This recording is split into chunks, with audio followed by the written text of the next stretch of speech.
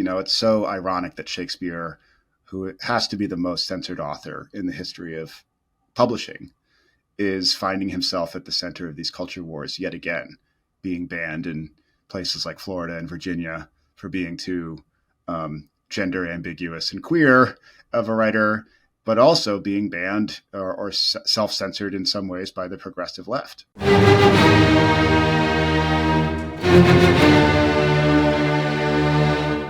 Welcome to Shield of the Republic, a podcast sponsored by the Bulwark and the Miller Center of Public Affairs at the University of Virginia. I'm Eric Adelman, counselor at the Center for Strategic and Budgetary Assessments, non-resident fellow at the Miller Center, and a Bulwark contributor. And I'm joined by my partner in all things strategery and Shakespeare, Eliot Cohen, who is the Arleigh Burke Chair of Strategy at the Center for Strategic and International Studies, Professor of Strategy Emeritus at the Johns Hopkins School of Advanced International Studies, and as listeners of this podcast know, a devotee of Shakespeare. And for something, unusual and different for Shield of the Republic, I'm going to kick it over to Eliot to introduce our special guests. Well, Eric, thank you. It is a delight to have with us two guests. Deborah Payne is a professor at American University. She's an expert on 17th and 18th century theater. She's written a number of books, including one which I must say has the intriguing title, Four Restoration Libertine Plays. We may or may not get into that. And then my good friend Drew Lichtenberg, who is the dramaturg, has been the dramaturg at the Shakespeare Theatre Company here in Washington for almost 15 years, also widely published, also teaches at a number of distinguished institutions. They have written a book together, which is put out by Arden. For those of you who are not aware, the Arden editions of Shakespeare are usually considered the most weighty and scholarly versions, and they've been producing a series about different theaters and how they've dealt with Shakespeare. And their volume is indeed about the Shakespeare Theatre Company right here in Washington, D.C. And it's, I think it's of interest to us. Well, first, we like Shakespeare, so it's our podcast. We can do whatever we damn please. But which is always a good reason to do things. But I think as the book says, and as I think a lot of people know, Shakespeare has had a very special place in Washington and among Washingtonians for quite some time, and going back really to the very beginning. And it's an interesting tale, I think, among other things, of the intersection of theater and politics, and also I think is those who listen to the podcast know Eric and I tend to believe that Shakespeare in particular, but other great literary artists as well, have something to teach us about politics and political people. There are, in addition, some incestuous connections here along the theme of restoration libertine plays. So, Eric, do you want to explain the incestuous connections? Well, yes. I mean, I think full disclosure requires us to acknowledge that Ken Adelman, who is a friend of the podcast, is quoted by Maureen Dowd in the introduction to Drew and Deborah's terrific book as saying Washington's a place where, Shakespeare's plays are, particularly resonant because of the emphasis on ambition, who's winning, who's losing, and who's stabbing who in the back. And Eliot and I can get on to some of the backstabbing, that has been going on in Washington over the last 48 hours, and front stabbing as well. So Ken is mentioned, and as Drew and Deborah know, a longtime supporter of Shakespeare in Washington. My co-chair on the National Defense Strategy Commission that Congress appointed last year, and which reported out in last summer, Jane Harmon, obviously another longtime supporter, and her late husband, Sidney Harmon, of course, name graces the Harmon Hall, where my wife and I saw Leopoldstadt just last month, and terrific production. And the chairman of your board is also a member of the board of CSBA, where I spend some of my time working, Anita Antonucci. So we have lots of, incestuous connections here. And Anita is a former student of mine. Well, and Eric, you didn't mention, he's not any person I have a personal relationship with, but one of the interesting nuggets is that Maureen also quotes Steve Bannon in her preface. So we did not have any interactions with Steve Bannon, but he is a source in a way for the book. Speaking of, Trump V1 and also Trump term 2, which we're now living in day 2 of. That, by the way, does speak to a theme which I'll want to go into in just a moment, which is the way in which Shakespeare really does appeal across the political spectrum. And I'd like to draw you out on that. But before we do that, in addition to welcoming you both, either one of you, could you explain what a dramaturg is? Because I have a feeling that a lot of our listeners are kind of scratching their heads and wondering if it's some sort of, Greek priesthood or something like that. I'll defer to Drew on that, since that's one of his official titles. Well, yeah, Eliot, you're right in spotting something Greek. I believe Plato talks of the themiurge, and dramaturg is similar. It means the craft of playwriting in the original Attic Greek, and it was sort of imported into French and then into German to denote somebody who's a playwright or somebody who studies the science of dramatic structure. So in America, really, it's post-1967 when the Yale School of Drama was founded by Robert Brustein, who was a very well-known theater critic for the New Republic, that the field of dramaturgy was created here in America. So, I'm a proud alumni of the Yale Drama School, and you'll find about 50 to 100 to 150, I'm not sure what our numbers are now, but scattered across the country, like Johnny Appleseeds, these people who serve as resident critics, resident scholars, people who help curate the programming for theaters, who work with directors and creative teams on productions, and also, in this case, work as a kind of historian of the institution that they've been serving, in my case, since 2011. So it's sort of a jack of all trades job. And people always come up to me and say, "Oh, you have a really fun job," when they find out what it is I do. But more often they ask me, "What is a dramaturg? And can you help define that for me, Drew?" So that was my attempt in a life of infinite attempts to define dramaturgy. So before we move into sort of some of the substantive questions, Deborah, do you want to add anything to that? Well, just that it's a fairly new position for theater companies. It originates in late 18th century in Germany. In Shakespeare's time, there isn't a dramaturg with a company per se, as there isn't a director. So it had really begun in Europe in the late 1700s, early 1800s, and as Drew mentioned, took much, much longer to cross the pond and become part of American theater practice. I mean, it's really post-World War II. Interesting. Okay, so let me open things up. I think that I learned a lot I thought I knew fairly well what the history of some of the theater history of Washington, but I was surprised that on the one hand, as you made clear, Shakespeare has always been of interest particularly to political people, and particularly in Washington, and famous stories about Abraham Lincoln and so forth. And yet, sort of a institutionalized theater that showed a lot of Shakespeare was relatively recent. It comes out of the Folger Library, which has a theater attached to it, which is actually quite a lovely little theater. And yet that's really quite a late development. And in fact, it's a rather troubled development because the library is always fighting with the theater. So why did it take so long? And why did the Folger Library end up fighting with the theater from which eventually the Shakespeare Theatre emerged?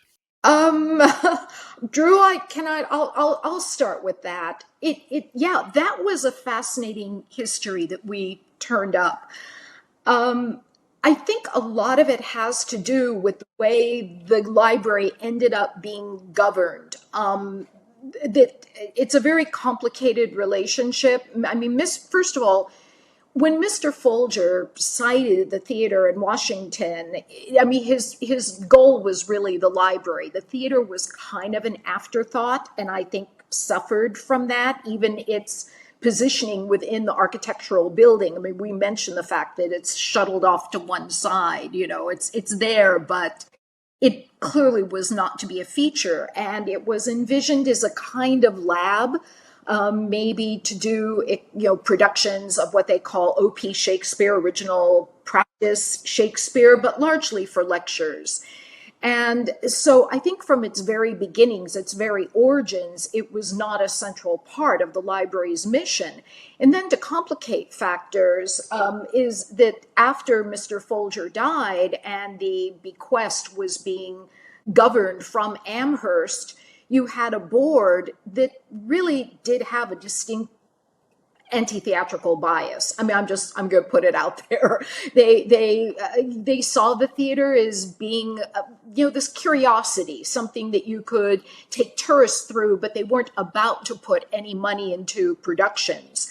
And that's why, even though the library opens in, is it 29 or 32, Drew? I forget. It's 29, I think, that the library opens, and they don't. I believe it's after the crash, because I know that completing the library after after the Great Depression had begun was a question of some, That's right. They had laid the cornerstone in 29. That's what I'm remembering. But, between that period for 40 years, you have the library that is used once for a telecast on television. Other than that, there's no resident theater until 1970, when you get an administrator in who is actually sympathetic to performance. But I think there's a deep anti-theatrical bias that was sort of built into the fabric of the library. Drew, do you want to add to that? Well, it's also, our first chapter is the longer term history of Washington and of Shakespeare in America. And one of the things that Deborah and I were both fascinated by is the fact that Virginia and Maryland are the only two British colonies that did not ever have a law banning theatrical performance. To the north, they're all settled by Quakers and Puritans, who are the descendants of Malvolio from Twelfth Night, the famous theater-hating Puritan. So there are laws in places like Amherst, and written by people like Cotton Mather, who was a witch hunter, that are expressly hostile to theater. So there's a little bit of that divide in the Folger itself between the Amherst College Board of Trustees. And, one of the things that didn't make our book, but which I was fascinated by, is that there's this whole myth of Folger falling in love with Shakespeare through reading Emerson, who was a transcendentalist poet who famously wrote something to the effect of that Shakespeare was not a genius because he was a great dramatist. He was a genius because he was a great poet. And so there's this divide between people who love Shakespeare because of his plays and people who love Shakespeare as a poet. That is part of the history of the Folger itself. And that civil war, ideologically, is actually what ends up splitting the Shakespeare Theatre off from the Folger and eventually inhabiting its own building elsewhere in Washington, D.C. Well, as someone who was born and bred in Boston, I will confess, I've always thought of theater as a guilty pleasure, Well, I actually grew up in Amherst, Massachusetts, to make the whole thing even stranger. So, I'm very familiar with that part of the country. And it's always struck me as odd that the Folger was governed from hundreds of miles away. So just to carry this through, and then I'll hand it over to Eric for a little bit. I'm going to want to go back to that. You talked about OP Shakespeare, original practice Shakespeare, as opposed to a lot of the Shakespeare one sees nowadays, which seems to me to be much more pointed and often political, or attempting to make political commentary. Just for the sake of our listeners, there is this guy, Michael Kahn, who comes to the Folger Theater, eventually really founds the Shakespeare Theater, grows it to not one theater, but two theaters, the Landsberg Theater and Sidney Harmon Hall. If you haven't seen it, it's a magnificent gigantic space, which poses its own challenges, as you indicate. So if you could just real quickly tell us the story of Michael Kahn, and then I'll pass it to Eric. You had a succession of three artistic directors between 1970 and 1986. I mean, the Folger Theater, because of this cultural divide that we were talking about, was very underfunded. And there were all kinds of issues that, if people are interested, buy the book, read the book. We go into that history at length. But the upshot, I mean, in 1985, it was so bad that the library actually tried to shut down the company. They said they were going to stop funding. And the then library director, Werner Gundersheimer, who said that it was a drain on the library. It was actually inhibiting their ability to add to the collection, which turned out not to be the case. It was, again, part of this anti-theatrical bias. But through the war of 1985, which became a huge political and cultural war in Washington, D.C., to the point that there was actually a congressional hearing. There was a congresswoman from Ohio who took it to the floor of the Congress and wanted to have the Folger Theater federally funded in order to save it. And the eventual upshot of that was that Michael Kahn was brought down from New York to save the theater, which he did. He took a theater that had been running in the red from the time of its inception, and within, 2 years, had it running in the black. I believe by the third year, they were running a profit for the first time ever in their history. Drew, why don't you take it from there? Yeah, and Michael was a transformative figure, not just in the history of the Shakespeare Theatre and the Folger, but I think I would argue in Washington theater as a whole. Of course, you have Arena Stage, which is going by the mid to late 50s and early 60s, and you have some small companies, but there were very few people who, at the time, had the pedigree and the show business connections of a figure like Michael Kahn. He was the first head of acting hired at the Juilliard program in the late 60s. This is somebody who was a protege of Edward Albee's, the famous off-Broadway playwright, in the early 60s. He discovered Adrienne Kennedy and directed Funny House of a Negro, which helped launch the off-Broadway movement. And then he directed for Joseph Papp at Shakespeare in the Park. So he was able to leverage these connections to the world of New York theater and to Juilliard and attract people who at the time were quite huge stars of television and film. People like Stacy Keach, Avery Brooks, who at the time was in Spencer for Hire, which was a private eye show on network television. People like Kelly McGillis, who had just starred in Top Gun opposite Tom Cruise and Witness opposite Harrison Ford. These were all people who looked up to and respected Michael and wanted him to direct them in productions of Shakespeare. So it created a kind of excitement and a kind of buzz that doubled subscriptions or tripled subscriptions at the Folger. And eventually the theater was so successful that they were able to move out of the confines of it. So he was really a transformative figure who not just saved the theater, but put Washington theater on the map nationally in a new way. And if I could just add to that he brought a level of professionalism that had not been seen with previous artistic directors.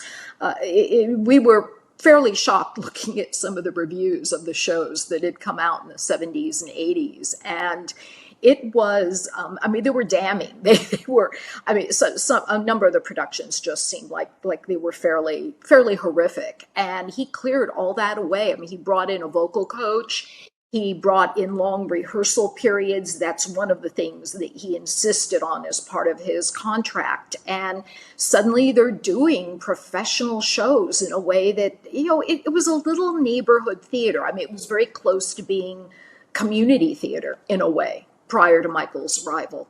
One of the things I learned in the book, and which I found fascinating, along the lines, Deborah, you're just talking about, is the the whole history here, you quote in the book John F. Kennedy's fairly famous comment that when he came to Washington, it was a city of northern charm and southern efficiency. And Washington, even when I arrived in January of 1980, it still had a little bit of that, sleepy southern town, city to it. I mean, when I arrived, you still couldn't get a good bagel in the city, which was for me a mark of lack of civilization. But a lot that's all changed now, obviously. Part of it, from my reading of the book, and tell me if I've got this wrong, was a kind of struggle as well in those early years that you were talking about, Deborah, between a classical approach to Shakespeare, like classicism, versus should we have avant-garde plays. And Michael Kahn brought an emphasis, as you all recount, on classical Shakespeare, and in particular attention to the text, but also in a very interesting way exploring kind of the text in sort of different contexts, and in particular casting, and casting in a way that would stretch both race and gender boundaries. And so I'm curious, first of all, if I got that right. Is that really the sort of story? But also, this sort of, it effloresces, if you will, from the mid 80s to the early 90s, which is both the period of conservative governance, in Washington, Reagan, and George H.W. Bush, and then the Clinton years, which are sort of marked, as you note in the book, by kind of a lot of culture war stuff, and we're now in the midst of the culture war again. And so I'm curious, kind of whether I've got that evolution right, and how you see that surviving, in the current, somewhat, I would say, hostile environment. Well, I think, Eric, what's one of the things that's really interesting about that Kennedy quote that you mentioned is that it comes within the context of Shakespeare. I believe that Kennedy was giving a speech after having invited a famous Shakespeare actor to perform at the White House. And since there was no theater in Washington for Shakespeare, the Folger at the time not presenting in their theatrical space, they had to build a temporary stage in the White House grounds to honor Shakespeare and to have arts and culture. So he was specifically advocating for the creation of a theatrical and a cultural scene in Washington. And, obviously he's assassinated. And then after that, a few years later, LBJ opens the Kennedy Center. But it's really, what we were also shocked to discover that the Landsberg, this department store that was converted into a theater in 1993, was the first theater built since the Kennedy Center in the early 70s, in almost 20 years. So the story of the Shakespeare Theater and its growth in some ways is a story of the growth of Washington, D.C., these waves of white flight in the wake of the assassinations of the 60s.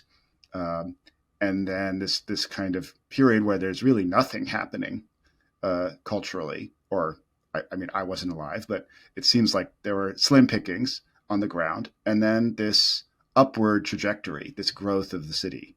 And the way that Shakespeare functions as a proxy for these political or ideological arguments over representation is also a theme in the book. It's so ironic that Shakespeare, who has to be the most censored author in the history of publishing, is finding himself at the center of these culture wars yet again, being banned in places like Florida and Virginia for being too gender ambiguous and queer of a writer, but also being banned or self-censored in some ways by the progressive left for being too much of a troublingly nationalistic writer or a troublingly colonialist writer, or whatever the argument is of the time. He's a kind of blank slate that people project their own prejudices upon. I'd like to add to what Drew said. if you look at the evolution of Michael's career and the growth of the theater, I mean, it's very interesting the way that politics map on, but also economic change as well, that certainly with the foundation of the Landsberg and then later Harmon Hall, they were able to benefit from huge changes in economic policy and changing demographics as well. That with the growth of a federal judiciary, you had a big influx of young professionals. And of course, so many people who go to law school, what do they do as an undergraduate? They study literature or they study history. So you have, and you have the growth of this young professional class that is educated, that is primed to see classical theater. And Michael was very, very astute in figuring out how to build on that. He had a couple of disasters initially when he was at the Folger, where he thought, that Shakespeare was so popular that he could also produce some obscure early modern plays, and those bombed horribly. After he went to the Landsberg, he realized that he needed to really develop the taste of his audience, which he did in a variety of ways. I mean, through programming and through things like a Monday night reading series. It was free and open to the public, where they could try out obscure or neglected classics that people could hear. So it was a long process. A lot of things came together, I think very favorably for the theater. Just the changing face, if you will, of Washington as well dovetailed with the growth of this theater in various ways.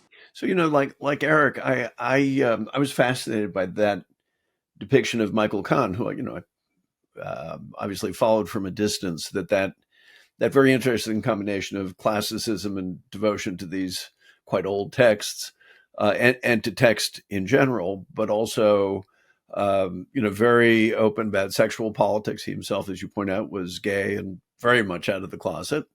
Also politics. And I guess I'm trying to figure out how to formulate this as a question. Over time, I have seen lots of Shakespeare productions at this point at both the Folger and the Shakespeare Theatre.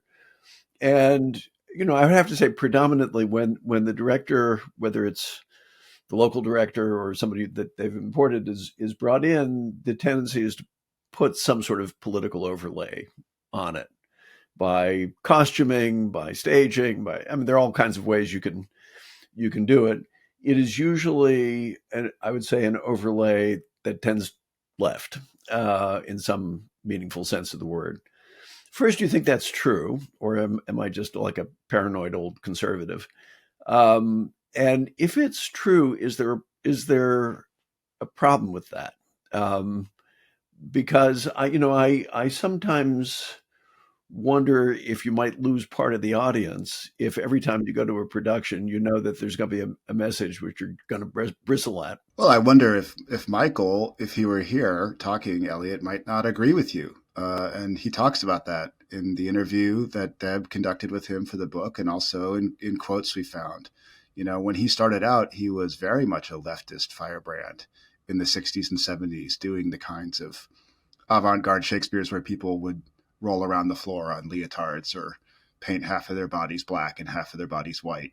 This tendency to schematize or over-schematize the plays to align with the director's political worldview. And by the time he gets to Washington, he's an older man, and he is more interested in examining what Shakespeare actually wrote. He talks about this in reference to Henry V, in reference to Measure for Measure. That like when you over egg the play in one direction ideologically, you actually end up unbalancing the plays. And as a result, nothing feels like it's at stake.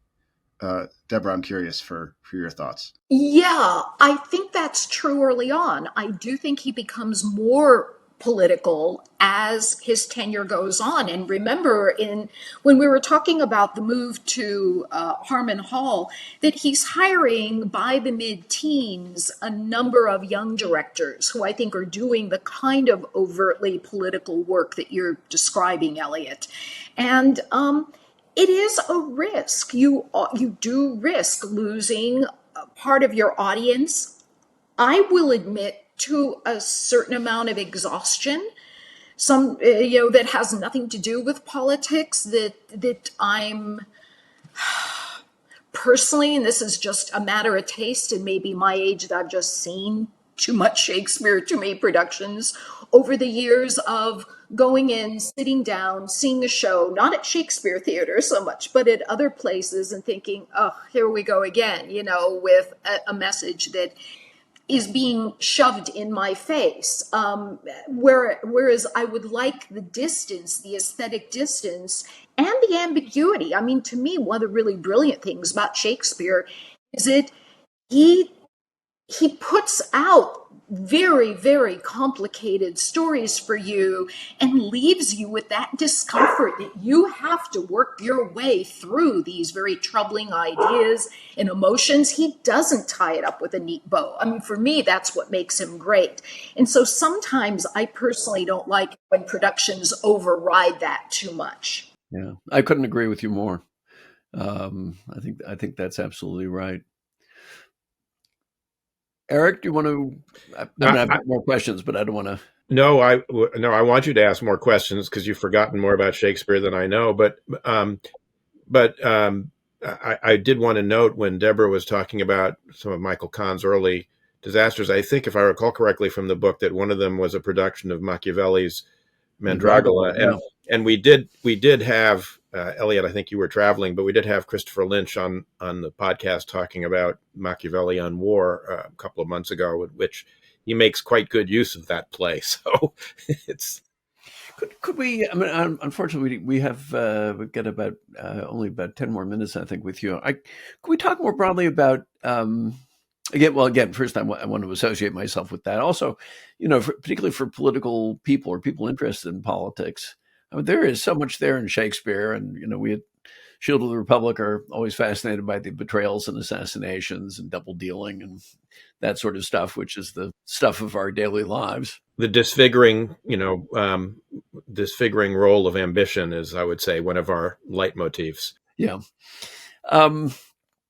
But could we talk a little bit about Shakespeare more broadly? I mean, this is Drew, you and I have talked about this before. First, do you think that the popularity of Shakespeare is waning in Washington? And if so, what does that mean? And more broadly across the country? I mean, have we passed peak Shakespeare? Does Shakespeare kind of come and go as a sine wave of some kind? So if you could, both of you could speak to that, both Shakespeare in Washington, but also Shakespeare outside of Washington. Well, I did write a guest essay recently for the New York Times about the phenomenon of American stages producing less Shakespeare across the country. But also statistically, I'm sure you could look at Washington and see a similar decline. Since the 2018-19 season, which was 5 years ago and just the last season before the full effects of the pandemic, Shakespeare productions have declined by more than 50%. So the question is why? What are the factors behind that? And I think part of it is economic. I think theaters are feeling financially strapped and looking to plays with smaller casts, or looking to musicals or Agatha Christie adaptations that are more sort of light entertainments that are sure to be a good evening out at the theater, that don't make you think too hard. And Shakespeare, his plays do tend to make one think and sit in that ambiguity. But I also think there's something to this conversation we were just having about politics. I think that Shakespeare, in times of extreme turbulence politically, tends to reflect that. Productions of Shakespeare tend to, you're a restoration scholar, Deborah, so you know about the crises that were happening. And there were a number of these adaptations of Shakespeare's plays in the late 17th century that were directly about arguments about what was going on in court, in Parliament, right? That have everything to do about the politics of the time. And those adaptations are not revived much today because they tend to strip the plays of a lot of their complexity or ambiguity. So I think something similar happened around the onset of the first term of Trump, I think a lot of American theater artists, frankly, lost their minds, and needed a place to register their shock and their outrage, and ended up doing these adaptations of Shakespeare. I'm thinking of the Julius Caesar that was in the park that featured the assassination of a Trump-like Caesar, which is interesting as a political stunt, but has very little to do with what Shakespeare was writing about. So I think audiences kind of got tired of being condescended to or spoken down to by artists who were using the stage as a platform for their political outrage. That's one of the theories that I have. And I'm wondering if maybe there's some room to start circling back. I mean, one thing I do want to add to what Drew said, I agree with him absolutely, that people did lose their minds, and as a result, maybe overproduced the shows in terms of just shoving a kind of political message or protest, and smoothing all the rough edges, if you will. But also demographics, and again, university education. Shakespeare is just not being offered as part of the curriculum in the way that he used to be. In my department at American University, we could not fill. There weren't enough faculty to meet the demand for Shakespeare 15 years ago. We were all going crazy, pinch hitting, trying to cover the courses. Now you're lucky if you can do one a semester. Which is a huge change. So students are not coming out of university with that background, with that training. And that, of course, affects audience attendance. But having said that, I just came back from London last weekend. And one of the things that struck me is I only saw one musical, mainly off curiosity. But there weren't very many non-musical shows, serious shows. They were all packed. They were very, very hard to get into. What is selling at the half-price ticket booth are all the musicals. And what that is saying to me is that audiences want to see Shakespeare again. I saw a terrific production of All's Well at the Globe. I saw a revival of Lillian Hellman's The Little Foxes. I had to really struggle to get it to that. I think there is a hunger again for interesting, challenging drama. For some reason, producers and backers have not caught on. They're still investing madly in musicals, which are not drawing the crowds that they were, I think, maybe 4, 5, 6 years ago. Yeah, I mean, I was in London in November, and the standout show was Giant, this new play about Roald Dahl and his very complex feelings about Jewish people and his anti-Semitic remarks. And you could not get a ticket. The whole run was sold out. John Lithgow in this amazing star performance, directed by Sir Nicholas Heitner, sort of an all-star team on this show. And it's probably going to win the Olivier Award when it transfers to the West End. And, we just did a very successful production of Leopoldstadt at the Shakespeare Theatre. And we did a production of King Lear that, the Washington Post said was the best production of King Lear they had ever seen. It was a fabulous, I just want to say, it was a fabulous Lear. And Patrick Page, what a genius performance. What a genius. And that was a show that made reference to, iconographically made reference to the conflict happening in Eastern Europe, right? You have Cordelia wearing fatigues like Zelensky. And it also, I think, made people think of Trump, this old ruler who is he losing his mind? Is he making sense? Is he presiding over a country that is splitting apart? So there's a way of doing politics with Shakespeare in an intelligent way that liberates the play, that supports the play, that supports what Shakespeare wrote. I think it's overly reductive interpretations of Shakespeare that we should try to avoid, or audiences will tell us that they're not going to come. They vote with their feet. So I do have a lot of hope, as Deborah does, that there's a space for this kind of Shakespearean work in the larger sense, work that tells us about our present and our future by using the past and by using language and by using great characters. And I'm also hopeful that new media, in an odd way, might drive people back to the theater. I've seen a couple of interesting articles that suggest that as I mean, we're in an age of streaming, but with AI, with the ability to have these almost virtual experiences, that in an odd way, that will fuel a desire for the liveness of theater, which of course, streaming, AI cannot replicate. And that might too fuel a resurgence of interest, not just in theater per se, but in serious theater, in Shakespeare. So you're saying the terribleness of new media will drive people back to the theater? No, I don't think it's no. I'm not saying that. I'm saying that people will be looking for a different kind of cognitive and sensory experience. God, I hope you're right, Deborah. My fear is that in an age of TikTok, the most we can expect from the kind of generation that you're talking about, students that you've had coming through AU, is the 2-minute Hamlet, rather than a full 2.5 hour, production. But I hope you're right, and I think I too. Well, thank you so much, Drew Lichtenberg and Deborah Payne, for joining us on Shield of the Republic today. Like Eliot, I commend your book, Shakespeare in the Theater, Shakespeare Theatre Company, to our listeners and viewers on YouTube. And hopefully we will have sparked some interest in people actually showing up at the Landsberg or Sidney Harman Hall for one of the productions. And we'll see you at the theater. So, Eliot, that was a lot.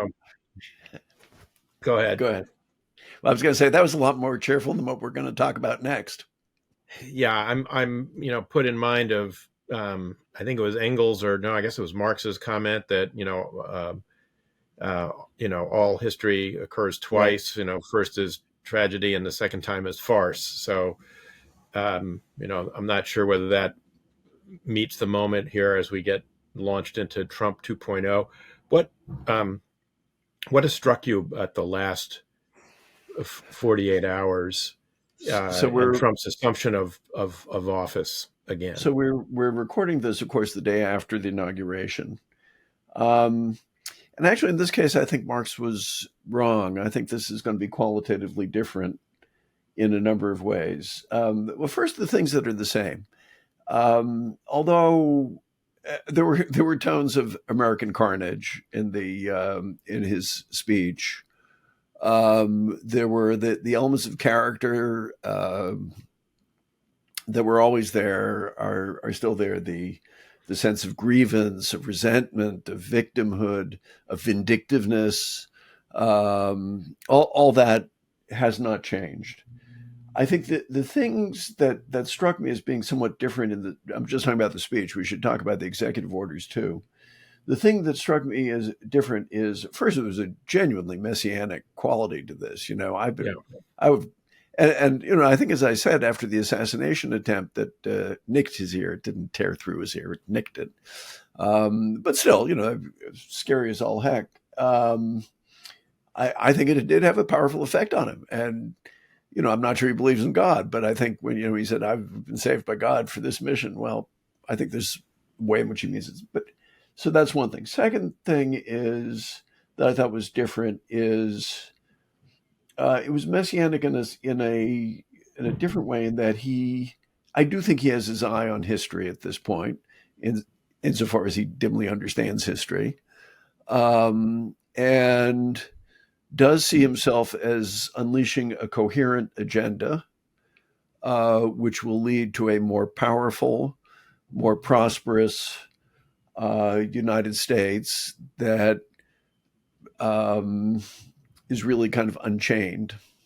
And there are some things that are dangerous about that, and there's some things that are actually not so bad about that. I mean, in that sense, it's sort of a mixed bag. So those were my initial reactions. What about yours? Just talking about the speech, but we should also talk about the executive orders. Yeah. Well, I largely agree with what you said. I would add one word to it, which was meanness. There is a meanness about him. Yes.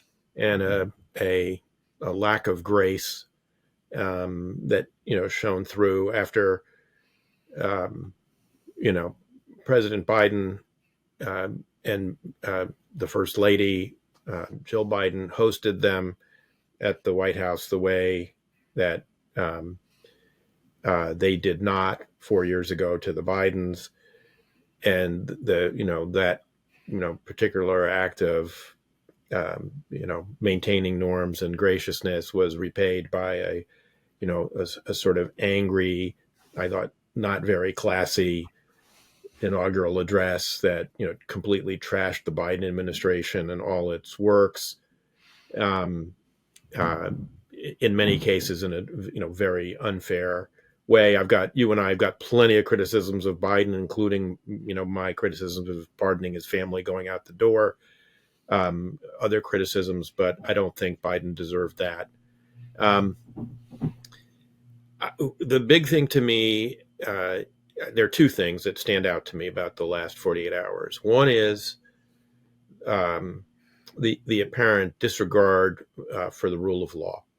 And that, you see that in the pardon of all the January 6th guys, including people convicted of seditious conspiracy against the United States, Stuart Rhodes, Enrique Tarrio.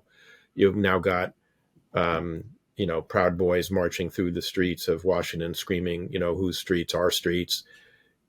This, I try not to make the argument, ad Hitlerum. And I don't even want to go to whether or not Elon Musk was, aping a fascist or Nazi salute or not. But the idea of having, armed thugs who, have now been pardoned for what they believe was doing his bidding the first time around to overturn an election, now out on the streets. It's very redolent of, the Freikorps in Germany after World War I. And so, it's something I think, and you see it in the executive orders, trying to use an executive order to overturn birthright citizenship, which is enshrined in the 14th Amendment. The arguably illegal or potentially illegal executive order commanding Northcom to provide a plan in 10 days to the Secretary of Defense for Northcom to use the military to seal the border, which is a law enforcement function, that should not be handed over to the military. And there are other executive orders along this. Stripping, our colleague John McLaughlin and Leon Panetta and a whole host of others, including my former PDB briefer when I was in the Office of the Vice President, of their security clearances for Mike Vickers, who we've had on. Mike Vickers, who was my colleague in defense and your student. All of this, I think, awarding security clearances to unvetted personnel, which, is, Vladimir Putin's wet dream. All of this, I think, just betrays a lack of respect for the rule of law. And then the second thing is a degree of recklessness here, which is, kicking all the, career civil servants and foreign service officers out of the NSC, if that's actually happened.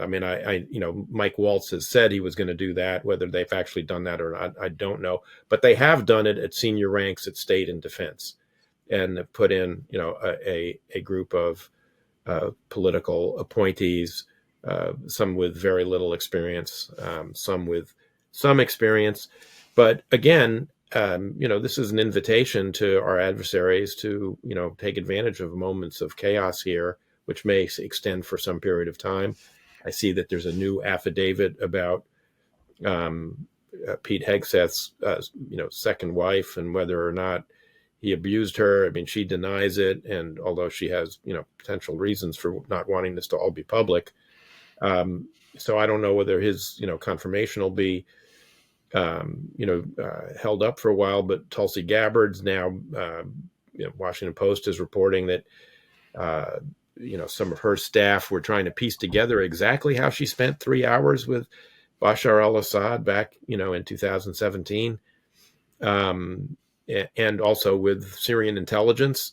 So there's a lot here that just betrays, recklessness with the nation's security that I find very worrisome. So I agree with all that. I'll say two things. One, I am as troubled and concerned, I think, as you are. I have to say, I also thought, what a pathetic human being he is. Oh, God, yeah. He thinks that the way to look presidential is to scowl. I mean, really? I mean, is that what Lincoln did? Is that what FDR did? No, of course not. I mean, is that what LBJ did? I mean, or even Nixon. I mean, he is a pathetic, empty human being, and I mean, it goes to the fact that he is, as we discussed in the old days, a malignant narcissist. So there's that. But I guess I also, as I kind of watch this spectacle, I just think they're going to be running into a whole bunch of brick walls, and some of those will be legal. It is very clear that there are thousands, and I do mean thousands of lawyers ready to take them to court. Immediately within a day, you had, I think, 18 state attorney generals. So there'll be loads of others. The Proud Boys thing, absolutely, it's disgusting. Biden, unfortunately, made that easier by his abuse of the pardon power. But I think what those guys will discover will be two things. One is many of them will still be ruined, because, okay, maybe their sentences were cut short, but a couple of years in prison, I doubt was much fun, and they'll come back to various kinds of domestic ruin. But the other thing is they will quickly find out that assault is not a federal crime. It's a state crime. And, if they begin doing those things, they will not find themselves in federal courts, and they will not find themselves protected by Trump. And furthermore, there's no question in my mind that there will be internal fighting galore.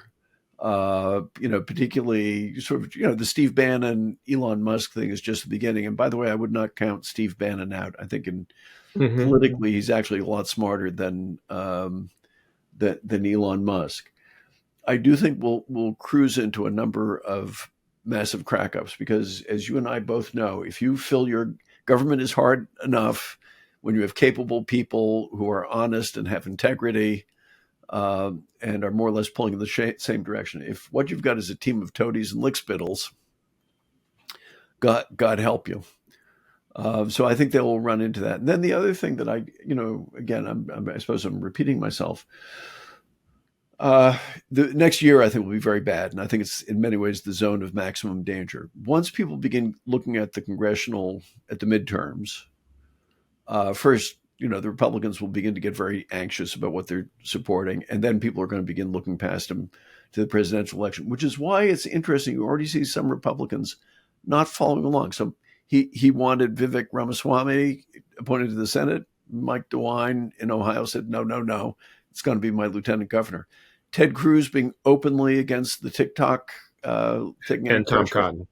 Yeah. And I think there are other examples, and there will be. Tom Tillis criticized the pardons. Right. And I think you're going to see more of that because, I'm not saying this is principle. I'm saying this is self-preservation as they look forward.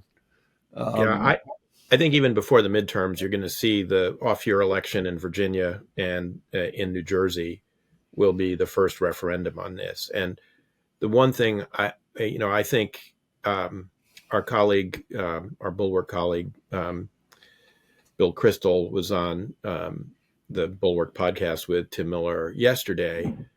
He was saying, look, once they start doing a lot of this stuff, a lot of this is very unpopular. I mean, the pardon, particularly the sweeping nature of it. Yes. I mean, that the polls say that, well nigh 70% of the public is against that, including a majority of Republicans against that. He just signed an executive order repealing Biden's order that was meant to lower prices for pharmaceuticals for Medicare and Medicaid. that I don't think is going to end up being very popular when people figure it out. Tariffs are not going to be popular. Tariffs are going to be very unpopular when they start to bite.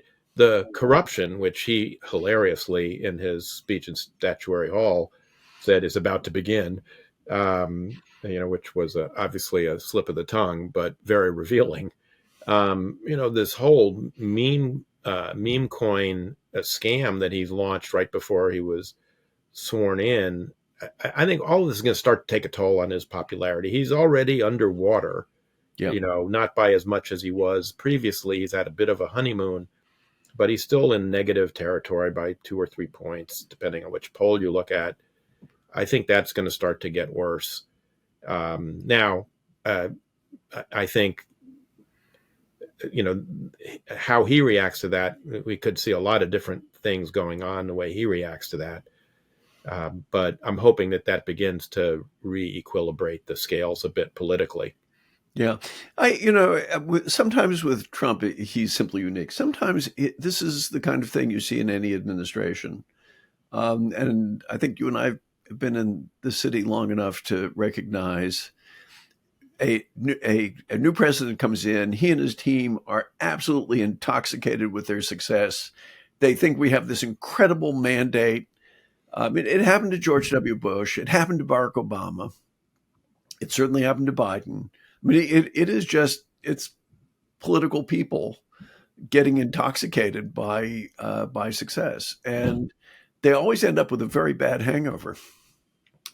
Yeah. So in that sense, starting with Shakespeare and ending where we are today is, I think more apropos than we might have realized when we started to book Drew and Deborah on. Eliot, this is a remarkably upbeat note, for us to end on, but I'll see you next week. I'll look forward to that, and Shakespeare does that to you.